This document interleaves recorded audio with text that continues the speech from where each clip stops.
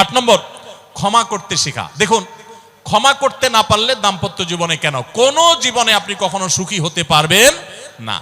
সবকিছুকে অনেক বড় করে দেখবেন না, অনেক কিছুকে ক্লোজ করবেন, ছোট করবেন। এবং মনে রাখবেন, আল্লাহ তাআলা ক্ষমাশীলকে ভালোবাসেন। কোরআনে আল্লাহ তাআলা একাধিক জায়গা বলেছেন, যারা ক্ষমা করে আল্লাহ তাদেরকে ভালোবাসেন। আপনি যদি বলেন যে কতবার ক্ষমা করব, যতবার আপনি আল্লাহর কাছে ক্ষমা আশা করেন, আপনি আপনার স্ত্রীকে, আপনি আপনার স্বামীকে, আপনার জীবন সঙ্গীকে, যে কোনো মানুষকে ততবার ক্ষমা করবেন। আপনি জীবনে একই পাপ কতবার করেন, আল্লাহ মাফ করবেন আশা করেন না? তাহলে আপনার আল্লাহর বান্দাকে কেন আপনি ক্ষমা করবেন না? বিধায় ক্ষমা করা এটা শিখতে হবে। কখনো কোনো ভুল হয়েছে বুঝতে পারলে পণ্ডিতি না করে সাথে সাথে ভুল স্বীকার করা জানতে হবে, যে হ্যাঁ এটা আমি ভুল করেছি। হ্যাঁ, এটা স্বীকার করলে সে একটু মাথায় উঠে যাবে, সে একটু লাই পেয়ে যাবে, পাক।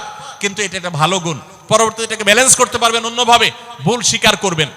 মেয়েদের সাথে বিশেষ করে যখন ঝগড়াঝাটি হয়, কোনো কিছু হয়, মনে করেন ঝগড়া তুমুল আকারে চলে গেছে, এখন আপনার স্ত্রী আপনার মৃত্যুদণ্ড জারি করবেন, জাস্ট এটা বাকি আছে।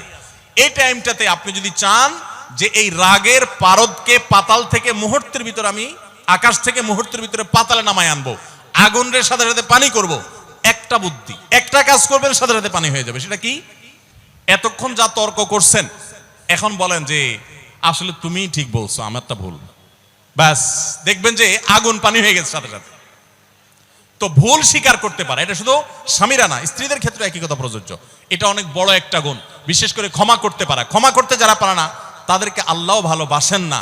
আল্লাহ তাআলা বলেছেন যে আল্লাহ তাআলা ক্ষমাশীল মানুষদেরকে ভালোবাসেন। বিধায় আমরা ক্ষমা করতে শিখবো ইনশাআল্লাহ।